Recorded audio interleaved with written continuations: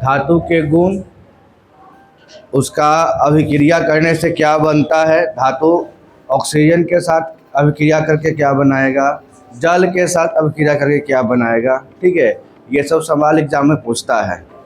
कठोर धातु, मुलायम धातु, धातु के कौन कौन सा उसका प्रॉपर्टीज़ है। ठीक है, तो आज पूरा क्लास में समझेंगे इस चीज़ को। जैसे यहाँ लिखा क्या है धातु के बारे में, क्या लिखा है कि आवर्त सारणी में कितने तत्व पाए गए थे, 118 ना। आवर्त सारणी में अभी तक के ज्ञात कितने तत्व हैं, 118 तत्व। तो वो जो 118 तत्व है वो सभी तत्व या तो धातु होंगे, या तो अधातु होंगे, या तो उपधातु, है ना। जितने भी आपका आवर्त सारणी में तत्व देखे अभी तक के ज्ञात 118 तत्व, तो वो 118 तत्वों को 3 भागों में बांटा गया है, धातु, अधातु और उपधातु। यही बात लिखा हुआ है ना कि आवर्त सारणी में जितने भी तत्व हैं उनके रासायनिक गुण धर्मों के आधार पर 3 प्रमुख वर्गों में विभाजित किया गया है। और वो 3 प्रमुख वर्ग है आपका धातु है, अधातु है और उपधातु है। तो आज का टॉपिक हम लोग का रहेगा धातु। इस धातु का भी 2 क्लास चलेगा। आज की क्लास में हम लोग पढ़ेंगे कि धातु जो है ऑक्सीजन के साथ अभिक्रिया करके क्या बनाती है और उसका क्या क्या प्रॉपर्टीज़ है धातु का, है ना, गुण बोले या विशेषता बोले। तो धातु क्या क्या देखिए, धातुएं जो होती हैं वो समान ताप पर ठोस, चमकदार, आघात वर्धनीय, डक्टाइल मतलब लोचशील और विद्युत का सुचालक होती है। मेन काम क्या धातु का कि धातु जो होता है वो सामान्य ताप पर ठोस अवस्था में होगा, चमकदार होगा, आघात वर्धनीय होगा, लोचशील होगा मतलब डक्टाइल होगा, और उष्मा का और विद्युत का क्या होगा, सुचालक होगा। लेकिन कुछ अपवाद के श्रेणी में जाते हैं, जैसे अगर बात किया जाए पारा का, है ना। तो पारा एक ऐसा धातु है जो सामान्य मतलब रूम टेम्परेचर पे मतलब कमरे के ताप पे वो द्रव अवस्था में रहता है, लिक्विड के फॉर्म में, है ना। उसका भी इमेज दिखाएंगे आप लोग को। इस देखिए यही आपका ये पारा है ना। पारा जिसका यूज हम लोग करते हैं, थर्मामीटर जो होता है ना, तो थर्मामीटर में पारा ही होता है डाला हुआ, क्योंकि वो मेटल है तो हीट का तुरंत कंडक्ट कर लेगा। बात समझे। यहाँ पर क्या क्या लिखा हुआ है कि धातुएं अन्य तत्वों की तुलना में कुछ विशिष्ट गुण भी प्रदर्शित करते हैं, जिन्हें मुख्य रूप से 2 वर्गों में बांटा गया है, धातुओं का भौतिक गुण और धातुओं का रासायनिक गुण। भौतिक गुण में समझते हैं कि उसमें क्या क्या भौतिक परिवर्तन होता है, डक्टाइल है, आप क्या उसको बोल सकते हैं चमकदार है, ठोस है। रासायनिक गुण जो अभिक्रिया करने के बाद पता चलता है, यही बात है ना। भौतिक गुण जो उसका बनावट, रासायनिक गुण मतलब उसका रिएक्शन, किसके साथ रिएक्शन करके क्या बनाएगा। तो पहले समझते हैं हम लोग भौतिक गुण के बारे में कि धातु का भौतिक गुण क्या क्या है। तो पहला काम है सामान्य ताप पर ठोस अवस्था में। अभी देखें ना कि धातु क्या होता है कि समान ताप पर ठोस होता है, वो चमकदार भी होता है और आघात वर्धनीय होता है, लोचशील होता है, और उष्मा और विद्युत का क्या होता है, सुचालक भी होता है। ये धातु का गुण है। ठीक है, तो कौन सा गुण बताएंगे हम लोग इसको, भौतिक गुण। ठीक है, भौतिक गुण के बारे में लिखा गया है। तो अभी पढ़ रहे हैं हम लोग भौतिक गुण के बारे में, धातु का भौतिक गुण। तो पहला गुण क्या है कि समान ताप पर ठोस अवस्था में होता है। Metal are also solid state at a room temperature condition. कि पारे के अतिरिक्त लिखा हुआ है यहाँ की, पारे के अतिरिक्त मतलब मरकरी, यही मरकरी इसको पारा बोलते हैं हिंदी में। तो मरकरी के अतिरिक्त जितने भी धातुएं आपको दिखाई देगी वो नॉर्मल टेम्परेचर में तो समान ताप पर ठोस अवस्था में पाई जाती है। ठीक है, और एक मिलता है देखिए गैलियम। गैलियम निम्न ताप पर ठोस अवस्था में पाई जाती है, परंतु सामान्य ताप से कुछ ही उच्च ताप पर यह द्रव अवस्था में परिवर्तित हो जाती है। जैसे कि सामान्य ताप किसको बोला गया, तो सामान्य ताप बोला गया 25 डिग्री सेल्सियस, जो रूम का टेम्परेचर नॉर्मली होता है। ठीक है, तो उस 25 डिग्री सेल्सियस पे धातु का ताप, धातु की जो अवस्था होती है वो ठोस में रहता है, सिर्फ मरकरी को छोड़कर, मतलब इसको हम बोलते हैं पारा। ठीक है, लेकिन एक धातु और भी है जिसमें अगर 25 से थोड़ा सा भी ज़्यादा बढ़ाते हैं हम उसमें, जैसे यहाँ पर लिखा है 29 से कर दें, 4 बढ़ा दिए या 5 बढ़ा दिए, तो वो जो है ठोस अवस्था से किस में हो जाएगा, द्रव अवस्था में। उसका नाम क्या है, गैलियम। ठीक है, अब यहाँ पर जो हम लोग इमेज दिख रहा है ये पारा का इमेज है, मरकरी का। मरकरी मतलब वो मरकरी नहीं जो बराती में बढ़ता है ना, बराती में लगा ये मरकरी लगा दो, है ना, समियाना में मरकरी टांग दो, तो वो वाला मरकरी नहीं है। ये वाला भी जो जल रहा है क्लासरूम में, ये वाला भी, ये तो ट्यूबलाइट हो गया। शीशा वाला होता है उसको बोलते हैं मरकरी, ये हो गया है ट्यूबलाइट। तो वो मरकरी नहीं है, ये मरकरी हो गया धातु वाला मरकरी, है ना, जिसका इस्तेमाल हम लोग थर्मामीटर में करते हैं। जो आता है थर्मामीटर, ठीक है, क्लिनिकल थर्मामीटर, उसमें इस्तेमाल किया जाएगा। उसमें देखिएगा कि थर्मामीटर जो ऐसे बना होता है ना आपका, ये बना होता है,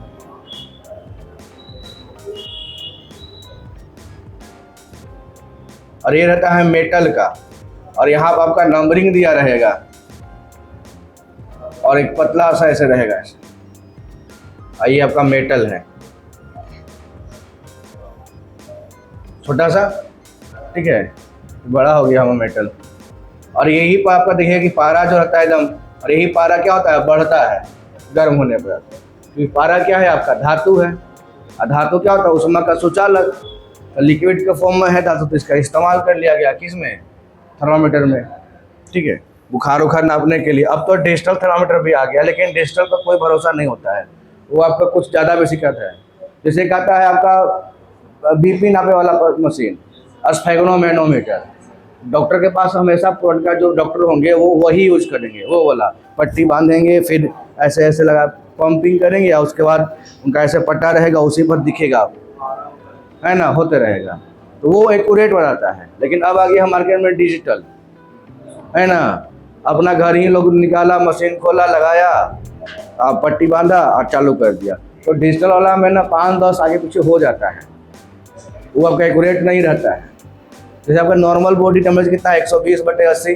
किसी का एज होने पर बीपी बढ़ता है या घटता है, वो नॉर्मल आज के डेट में हो गया है। जैसे ही आपका 40 क्रॉस कीजिएगा ना, तो आपको बीपी का वो हो जाएगा, बीमारी है, या तो बीपी हाई बीपी या तो लो बीपी। क्योंकि खान पान वैसा नहीं है हम लोग का पुराना वाला जैसा, ठीक है। अब नापिएगा, बढ़ा रहेगा, नापिएगा और हमें 10 ज़्यादा बढ़ा रहेगा, आउट टेंशन कि लो बीपी इतना ज़्यादा बढ़ेगा, ठीक है। हाँ, तो डिजिटल वाला पर ज़्यादा भरोसा मत कीजिए, जो रियल पहिल का है वो ज़्यादा बेनिफिशियल है। अब बुखारवा वाला आता है डिजिटल थर्मामीटर, ऐसे बटमिया दबा के लगा देगा, लो मुंह में डाल दे लो, ठीक है। आगरा में फिर 2-4 आगे पीछे दिखाता है। खैर, क्या बोले कि तत्व धातु का भौतिक गुण क्या क्या था, तो पहला है समान ताप पर ठोस अवस्था। उसमें 2 मेटल आया जो लिक्विड के फॉर्म में था। एक तो पूरा लिक्विड हो गया, कौन सा, पारा या मरकरी, और दूसरा होता है जो रूम टेम्परेचर से थोड़ा सा अगर तापमान बढ़ाते हैं तो वो भी लिक्विड के फॉर्म में, जिसका नाम क्या है, गैलियम। गैलेलियम नहीं, गैलियम, ठीक है। अब आते हैं दूसरा इसका गुण देखते हैं। दूसरा गुण क्या है, चमक, ठीक है। तो चमक क्या है, तो शुद्ध रूप से धातु की सतह चमकदार होती है। जितने भी धातु आप देखिएगा तो उसका सतह कैसा होता है, चमकदार होता है, और जो प्रकाश को प्रतिबिंबित करने का गुण रखता है, मतलब रिफ्लेक्ट करने का, मतलब प्रकाश की किरणों को परावर्तित करने का गुण। क्योंकि प्रकाश का परिवर्तन क्या बोलता है कि प्रकाश से किरणें किसी चिकनी सतह से टकराती है तो वो अपने ही उसी पथ में मुड़ जाती है, उसको प्रकाश का परावर्तन कहते हैं, ठीक है। तो जब चिकना सतह रहेगा, चमकदार सतह रहेगा, तो प्रकाश की किरणें को नॉर्मली परावर्तित कर देगा वो, ठीक है। तो बोला क्या है कि चमक क्या है कि धातुओं में की सतह क्या होती है, चमकदार होती है, और जो प्रकाश के को प्रतिबिंबित करने का गुण रखता है, ठीक है। यहाँ पर जितना भी इमेज है सब मेटल ही है, कॉपर है, स्टील है, ब्रास है, एल्युमिनियम है, ठीक है। ये सब मेटल का टुकड़ा यहाँ पर अरेंज किया हुआ है समझने के लिए। दूसरा आता है कठोरता, हार्डनेस।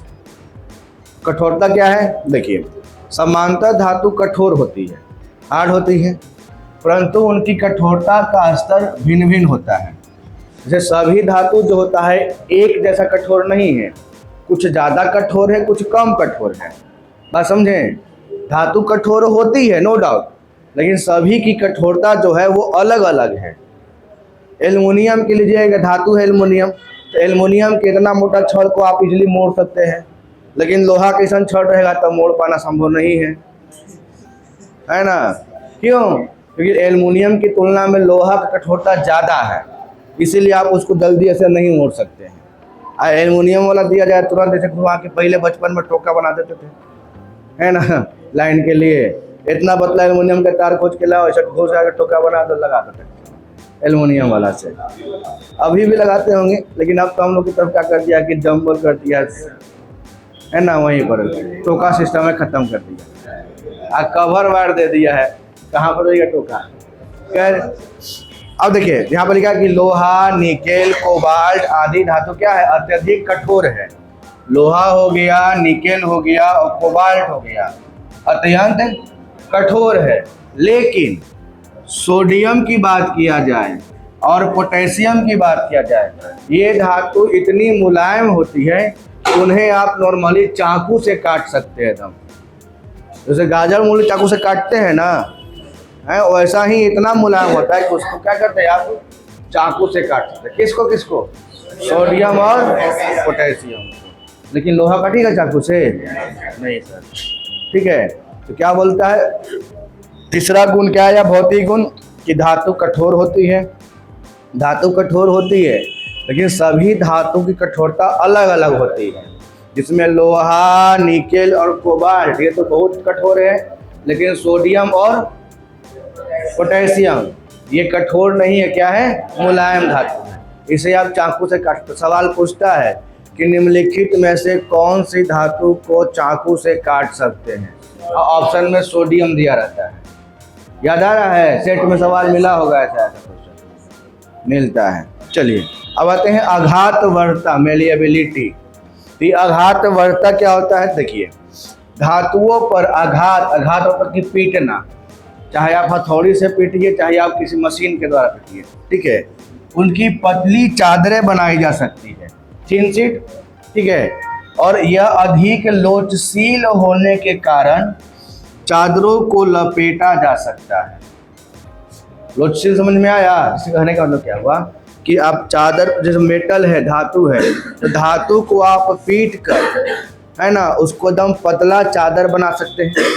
आप पतला चादर क्या, तो वो इतना लचीला होता है, लोचशील होता है कि उसको आप फोल्ड कर सकते हैं, वो टूटेगा नहीं। जैसे आप देखे होंगे कि एल्युमिनियम का सीट नहीं, क्या बोलते, स्टील का जो होता है, बड़े बड़ी सीट जिसका ट्रंक बनता है, गोदरेज बनता है, तो लंबा चदरा ऐसा थोड़ी आता है, वो लंबा चदरा होता है, लेकिन उसको फोल्ड किया रहता है ना, मोड़ा रहता है। जैसे हम लोग क्या दरी मोड़ते हैं, है ना, दरी को ऐसे उठा के गोल से ना लपेट देते हैं, वैसे गोल लपेट के और वैसे बांधा रहता है सीट के रूप में, और उसी को लेके आता है दुकानदार। मतलब आप खुद ही सोचिए ना कि उतना लंबा चदरा माथा पर कैसे आवेगा, कोनो गाड़ियों बुला दें और उसको फोल्ड कर दिया आराम से, तो कम जगह में ज़्यादा सामान आ गया, ठीक है।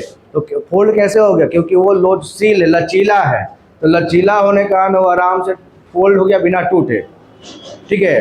अब आघातवर्त है, मतलब मेलेबिलिटी है, मतलब कि उसको पीट कर पतला चादर के रूप में आप ढाल सकते हैं। तब ना हम लोग के बनता है, घर में क्या बनता है, गोदरेज बनता है, बक्सा बनता है, अलमीरा बनता है, किससे बनता है, धातु से, ठीक है। तो वैसा तो धातु मिलेगा नहीं, धातु रहता है नॉर्मली, उसको पीट के उसके शेप में डाला जाता है, शेप में डाल के उसको फिर डिजाइन दिया जाता है काट, ठीक है। तो धातु क्या होती है, वो आघातवर्त होती है। क्या होता है, मेलिएबिलिटी, उसको पीट के आप पतला चादर के रूप में ढाल सकते हैं, ठीक है। चौथा गुण हो गया ना, 3 को तो यहाँ दिख रहा है, वो क्या था, ठोस, दूसरा चमकदार, तीसरा कठोर, और चौथा आपका आघातवर्धता। पांचवा क्या है आपका, तन्यता, है ना, डक्टिलिटी। ये क्या होता है कि डक्टिलिटी का अर्थ क्या होता है कि धातुओं को पतले तार के रूप में आप कन्वर्ट कर सकते हैं, पतला तार में, ठीक है। क्या लिखा है कि तन्यता का अर्थ है कि धातुओं को पतले तार के रूप में खींचा जा सकता है, और प्रत्येक धातु की तन्यता भी अलग अलग होती है। जैसे प्रत्येक धातु का हार्डनेस, कठोरता अलग अलग है, उसी प्रकार प्रत्येक धातु का तन्यता भी क्या है, अलग अलग है।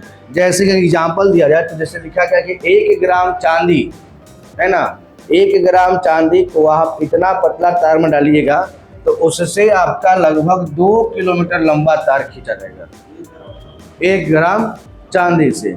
और उसी के तुलना में अगर सोना की बात किया जाए तो 1 ग्राम सोना से लगभग 3 किलोमीटर।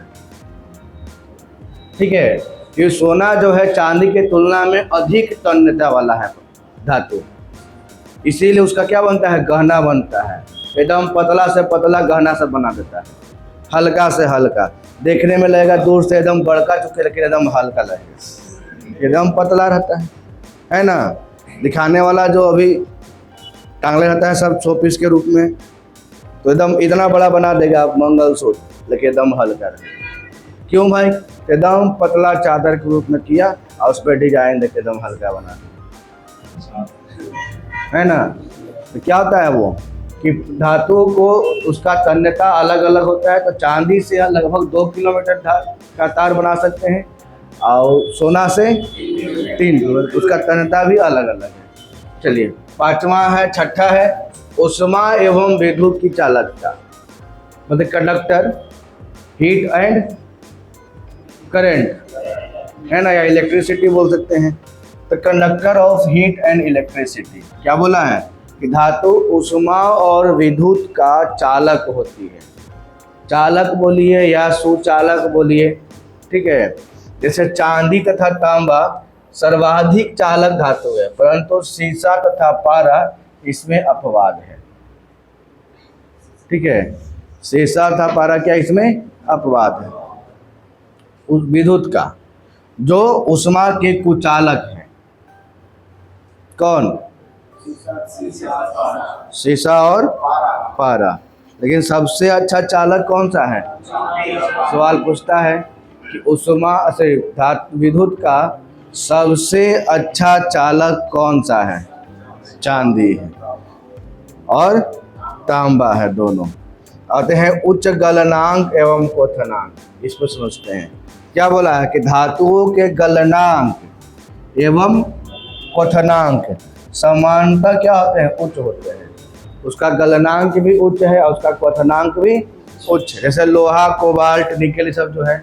लेकिन टंगस्टन का गलनांक सर्वोच्च होता है। एग्जाम भी याद रखिएगा, किस धातु का गलनांक सर्वोच्च है, किसका, टंगस्टन।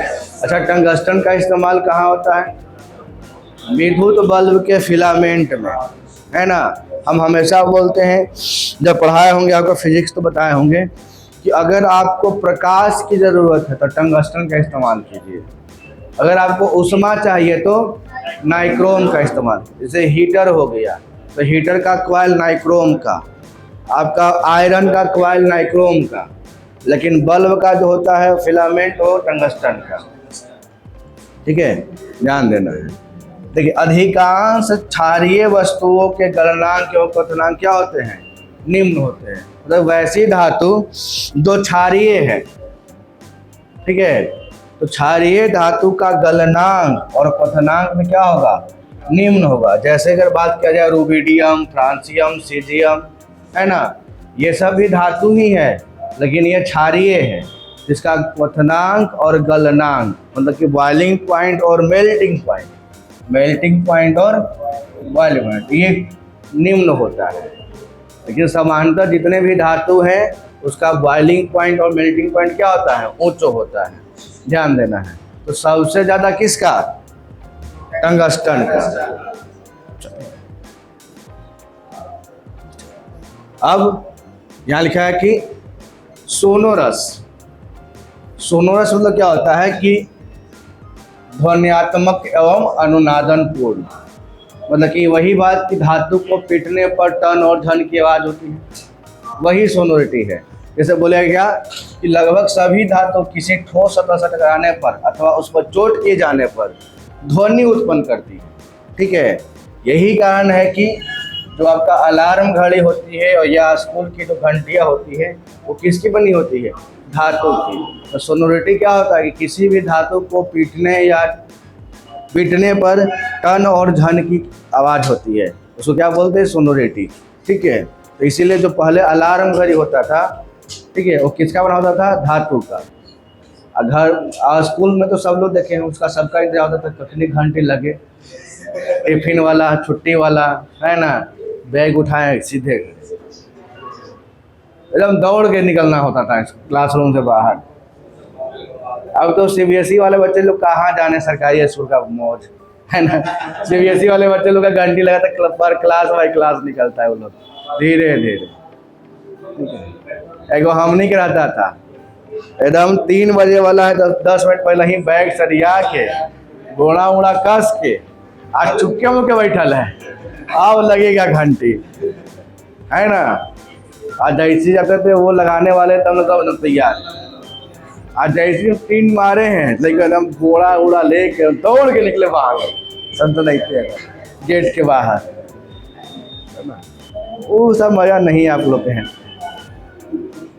ना। सीबीएसई वाले लोग बच्चे लोग, सीबीएसई वाले बच्चे लोग को लंच मिलता है पूरा अच्छा से, एकदम प्रॉपर बैग मिलेगा, है ना, एकदम नहा धवा के तैयार उयार होके लेके जाएगा। हम लोग के बैग में क्या था, थरिया, मिड डे मील का खिचड़ी खाने के लिए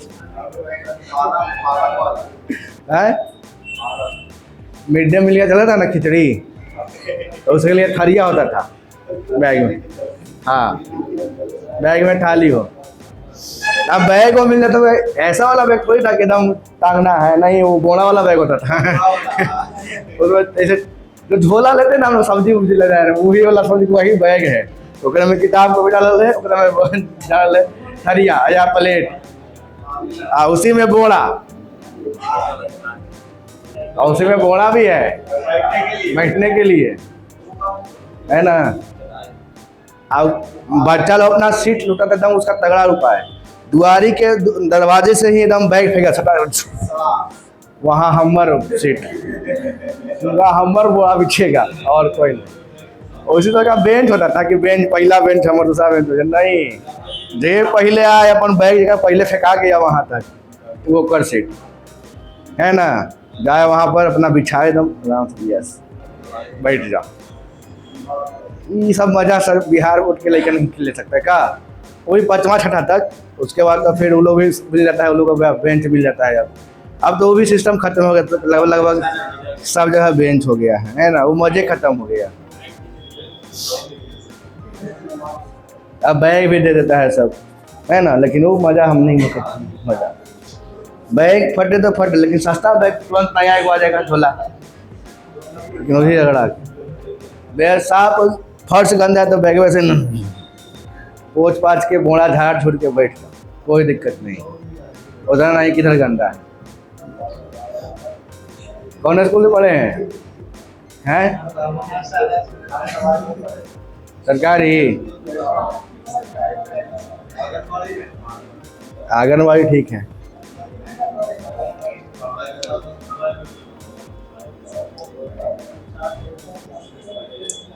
चलिए आइए यहाँ पे देखते हैं। तो ये क्या था, सोनोरिटी, धातु को पीटने पर टन और झन की आवाज आती है। अगला है इलेक्ट्रॉनिक विन्यास, ये समझना है ना, इलेक्ट्रॉन कॉन्फ़िगरेशन ये क्या होता है। देखिए धातुएं कि हम अभी बताएं कि कोई भी आपका तत्व था तो वो अक्रिय कब होगा, जब उसके आउटर मोस्ट ऑर्बिट में, मतलब बाहरी कक्षा में 8 इलेक्ट्रॉन होगा तब, है ना। जैसे नियॉन आप लोग पढ़े होंगे ना, अक्रिय गैस में हीलियम आता है, helium, neon, argon, krypton, xenon, radon. तो नियॉन कितना पे आता है? 10 पे आएगा। कितना पे? 10 पे। तो 10 पे आता है नियॉन। इसको तोड़िएगा आप तो पहला कक्षा में 2 इलेक्ट्रॉन, दूसरा कक्षा में 8 इलेक्ट्रॉन। तो 8 इलेक्ट्रॉन है, मतलब कि ये किसी के साथ अब अभिक्रिया या रिएक्शन नहीं करेगा। क्या है? क्योंकि इसके बाहरी कक्षा में 8 इलेक्ट्रॉन पहले से ही है ना। जिसके बाहरी कक्षा में 8 इलेक्ट्रॉन नहीं होते हैं, रिएक्शन वही करता है, ठीक है। उसमें भी सबसे ज़्यादा रिएक्शन करता है, इसमें देखिए धातु के बदले में क्या बोला है। अब उसमें भी 2 कंडीशन है, इलेक्ट्रॉन को त्यागना या इलेक्ट्रॉन को ग्रहण करना, ठीक है। तो इलेक्ट्रॉन को त्यागना कब हो सकता है? जब बाहरी कक्षा में आपका देखिए 8 इलेक्ट्रॉन चाहिए, क्या होने के लिए? बैलेंस होने के लिए, है ना, अक्रिय होने के लिए, तभी वो शांत रहेगा, नहीं तो नहीं शांत रहेगा, रिएक्शन करते रहेगा। तो होता क्या है कि देखिए 8 इलेक्ट्रॉन के बदले में क्या हो सकता है, 1 2 3 4 5 6 7, इतना ही हो सकता है ना। अब देखिए 1 2 3, अगर जिसके बाहरी कक्षा में एक इलेक्ट्रॉन या 2 इलेक्ट्रॉन या 10 इलेक्ट्रॉन है, वो अपना इलेक्ट्रॉन का त्याग करेगा। क्या करेगा? त्याग करेगा। और ये हो जाएगा पॉजिटिवली चार्ज। जो इलेक्ट्रॉन को त्यागता है वो पॉजिटिवली चार्ज, क्योंकि इलेक्ट्रॉन पर कैसा चार्ज होता है? निगेटिव का। तो निगेटिव दे दिया तो पॉजिटिव ही ना बचेगा। ठीक है। अगर जिसके बाहरी कक्षा में 5 6 7 हैं, वो इलेक्ट्रॉन को ग्रहण करेगा दूसरे से। क्या करेगा? ग्रहण करेगा।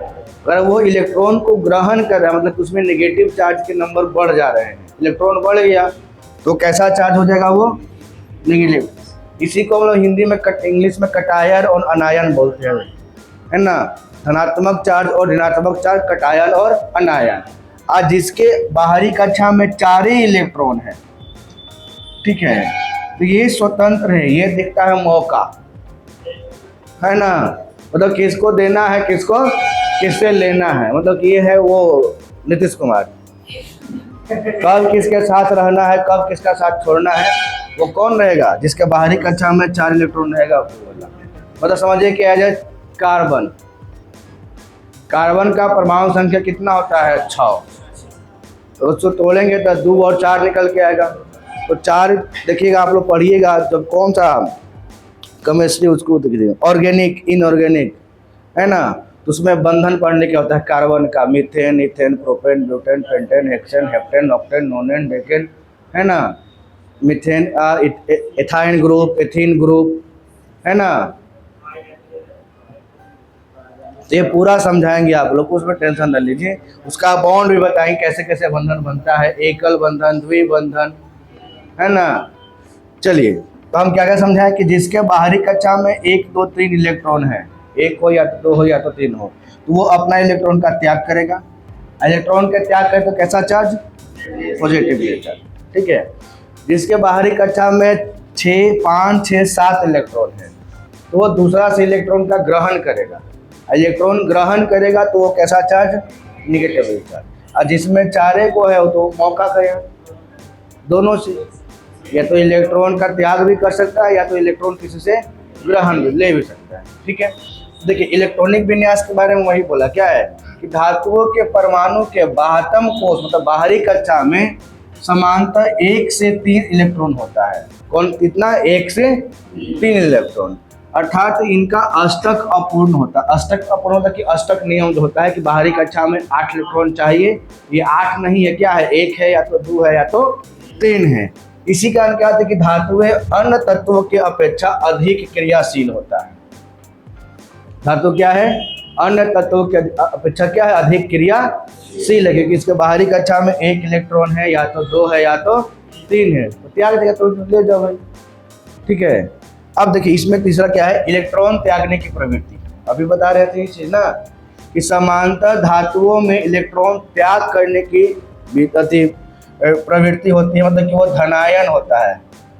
धनायन को क्या बोल देंगे इसमें? कटायन बनाने की प्रवृत्ति होती है। कारण क्या था कि इसके बाहरी कक्षा में 1 या तो 2 या तो 3 ही इलेक्ट्रॉन होते हैं, और जिसके बाहरी कक्षा में 1 या तो 2 या तो 3 इलेक्ट्रॉन होंगे, वो धातु क्या करेगा? इलेक्ट्रॉन का त्याग करेगा। और त्याग करेगा तो कैसा चार्ज होगा? Positive charge. इसी पॉजिटिव चार्ज को क्या बोलते हैं? धनायन बोलते हैं। इंग्लिश में क्या बोलते हैं? कटायन होता है ना। कोई दिक्कत यहाँ तक नहीं? बात समझ में आया?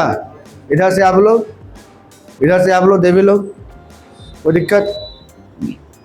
कहाँ है बाकी? और तो रात को गीत गा रही थी, डीजे में नींद नहीं आता है? कौन बोला? क्या हो गया? लोग को एक होता है आदत की गाना सुन के सुतना वाला, तो परमानेंट बज ही रहा है।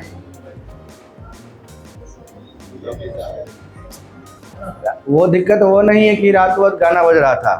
नींद जिसको आता है ना वो खड़े खड़ोस हो जाता है, बस आना चाहिए। हमारा हालत क्या है ना कि हम बैठलो सूख जाते हैं, इतना थक जाते हैं ना कि कहीं ऑफिस जाके बैठते हैं ना, वैसे कुर्सी बैठे हैं आ सुतल, 5 मिनट में नींद आता है।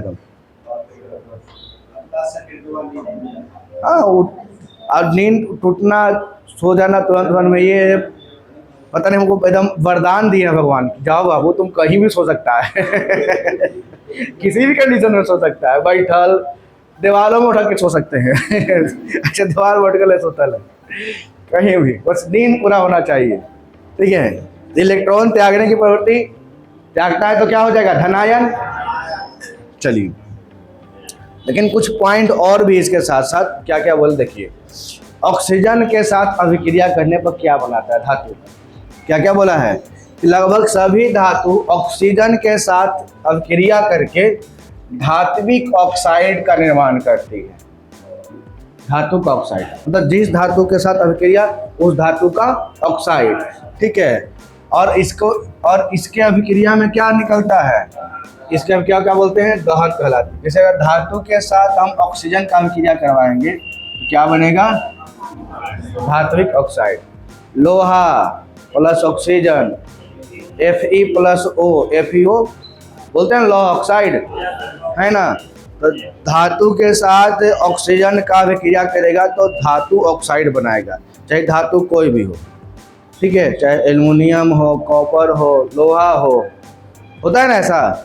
चलिए, धात्विक ऑक्साइड सामान्यतः क्षारीय प्रकृति के होते हैं, और जो धातु ऑक्साइड जल में विलय होते हैं वे जल के साथ अभिक्रिया करके क्षार का निर्माण करता है। मतलब वैसा धातु ऑक्साइड जो जल में विलय है, मतलब कि घुलनशील है ना।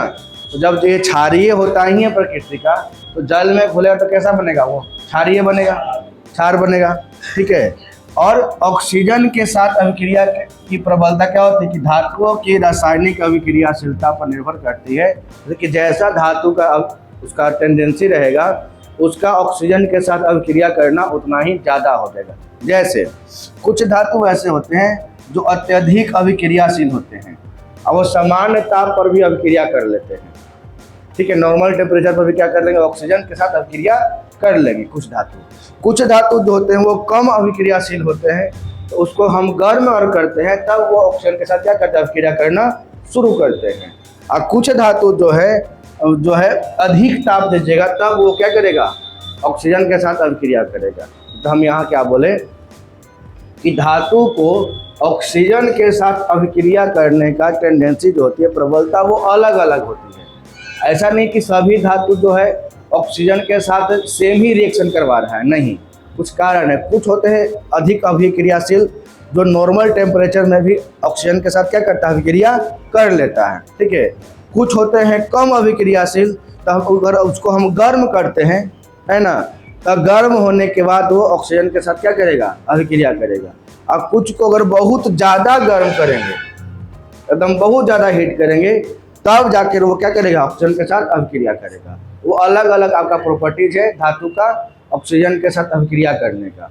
ठीक है, इसके अलावा और क्या परिणाम हम लोग को देखिए कि सोडियम एवं पोटेशियम अत्यंत अभिक्रियाशील धातु है। सोडियम और पोटेशियम ये सामान्य ताप पर वायु में उपस्थित ऑक्सीजन के साथ अभिक्रिया करके जलने लगती है। पढ़े होंगे, सोडियम और पोटेशियम, है ना, ऑक्सीजन के साथ अभिक्रिया क्या होता है, जलना शुरू कर देता है। इसीलिए इन धातुओं को मिट्टी के तेल में डूब रखा जाता है, केरोसिन में। कारण क्या है, इतना ज़्यादा अभिक्रियाशील है कि जैसे ही इसको हवा में रखिएगा ना, तो हवा में जो ऑक्सीजन की मात्रा है उसी से रिएक्शन कर देगा, है ना, और जलना शुरू कर देगा। इतना खतरनाक है सोडियम और पोटेशियम। इसको किस में रखेंगे, डुबाकर, किरासन के तेल में। ठीक है, अब यहाँ पर देखिए, यहाँ पर लिखा है कि सोडियम का अभिक्रिया हुआ ऑक्सीजन के साथ एकदम नॉर्मल टेम्परेचर तो क्या बनाएगा, सोडियम ऑक्साइड। ठीक है, पोटेशियम का रिएक्शन हुआ ऑक्सीजन के साथ तो क्या बनाया, पोटेशियम ऑक्साइड। सामान्यता वैसे खुला में छोड़े की अभिक्रिया कर लिया, बात समझे। हवा, लोहा भी करता है अभिक्रिया, जो जंग लगता है ना, लेकिन वो इतना फास्ट नहीं है, उसका धीरे धीरे है। लेकिन सोडियम पोटेशियम क्या है, दम फास्ट। ऐसे खुला में छोड़े, बोले कि ना हमको खुला मत छोड़ो, हम जल जाएंगे, वो डुबा के रखो किस में, किरासन के तेल में। चलिए कुछ और पॉइंट देखिए, बात करते हैं मैग्नीज। तो मैग्नीज जो होता है समान ताप पर ऑक्सीजन के साथ अभिक्रिया नहीं करता। मैग्नीज समान ताप पर ऑक्सीजन से अभिक्रिया नहीं करता, लेकिन गर्म करने पर यह तेज प्रकाश एवं अधिक ऊष्मा के साथ जलती है। जैसे ही आप मैग्नीज को गर्म कीजिएगा तो ये तेज प्रकाश और ऊष्मा के साथ मतलब बहुत तेज हीट निकालेगा और मैग्नीज जो है मैग्नीज ऑक्साइड का निर्माण करेगा। अभी हम वही चीज सिखाते हैं कि सभी धातु को ऑक्सीजन के साथ अभिक्रिया करने का टेंडेंसी प्रबलता एक जैसी नहीं होती है। कुछ धातु है जो समान ताप पर अभिक्रिया कर लेती है, जैसे सोडियम और पोटेशियम। कुछ धातु जो होती है उसको गर्म करेंगे तब अभिक्रिया करेगी, जैसे आ गया मैग्नीज, है ना। इसको जब गर्म करते हैं ना हम, तब वो धातु जो है ऑक्सीजन के साथ अभिक्रिया करेगी और मैग्नीज ऑक्साइड बनाएगा। लौह धातु देखिए आ ही गया। लौह धातु जो होता है शुष्क वायु में गर्म करने पर भी नहीं जलती। जब सूखा सूखा हवा रहेगा, जिससे पानी की मात्रा नहीं रहेगा, ठीक है, उसको गर्म करने पर भी वो जल्दी नहीं है। परंतु आर्द्र वायु मतलब ह्यूमिड एयर, जिसमें पानी की मात्रा हो, है ना, लंबे समय तक रखने पर ऑक्सीकृत हो जाती है और क्या होता है, इसको जंग कहते हैं। ये बात समझे ना कि लोहा भी होता है, लोहा भी ऑक्सीजन के साथ अभिक्रिया करता है, लेकिन नॉर्मल ऐसे नहीं करेगा। जब हवा शुष्क रहेगा तो कितना भी गर्म कीजिए वो अभिक्रिया नहीं करता है। लेकिन जैसे ही ह्यूमिड होता है एयर, मतलब उसमें पानी की मात्रा आ जाता है, आर्द्र हो जाता है, तो क्या होता है, उसमें जंग लगना शुरू होता है। बात करते हैं तांबा। तांबा सबसे कम अभिक्रियाशील धातु है। यह वायु में नहीं जलती, परंतु लंबे समय तक गर्म करने पर यह ऑक्सीजन के साथ अभिक्रिया करके कॉपर ऑक्साइड, उसके ऊपर क्या होता है, कॉपर ऑक्साइड, दो गो है, कॉपर ऑक्साइड फर्स्ट मतलब Cu2O और कॉपर ऑक्साइड सेकेंड CuO, परत का निर्माण कर लेती है। कौन, कॉपर, वही तांबा। ठीक है, तो यहाँ पर तीन धातु देखे हैं, एक देखिए पोटेशियम और सोडियम जो हवा में ही जल जाएगा। दूसरा देखें लोहा के बारे में, मैग्नीज के बारे में कि मैग्नीज को जब आप गर्म करते हैं तब वो रिएक्शन करता है ऑक्सीजन के साथ। तीसरा देखें हम लोहा का, लोहा को आर्द्र हवा में गर्म करने पर कोई दिक्कत नहीं है, लेकिन जैसे शुष्क हवा में गर्म करने पर कोई अभिक्रिया नहीं करता है, लेकिन जैसे ही इसको हम आर्द्र हवा में छोड़ते हैं जिसमें पानी की मात्रा होता है, ठीक है, तब वहाँ पर रिएक्शन करता है, वो बनाता है, जंग लग जाता है, रस्टिंग जिसको बोलते हैं। ठीक है, और तांबा सबसे कम है, इसको वायु में जलाने में कोई दिक्कत नहीं, लेकिन बहुत दिन तक गर्म कीजिएगा, बहुत देर, बहुत लंबे समय तक, तब यह ऑक्सीजन के साथ अभिक्रिया करता है और दो ऑक्साइड बनाता है। पहला आपका copper oxide first Cu2O, second में CuO। ठीक है, अगला पॉइंट सोना।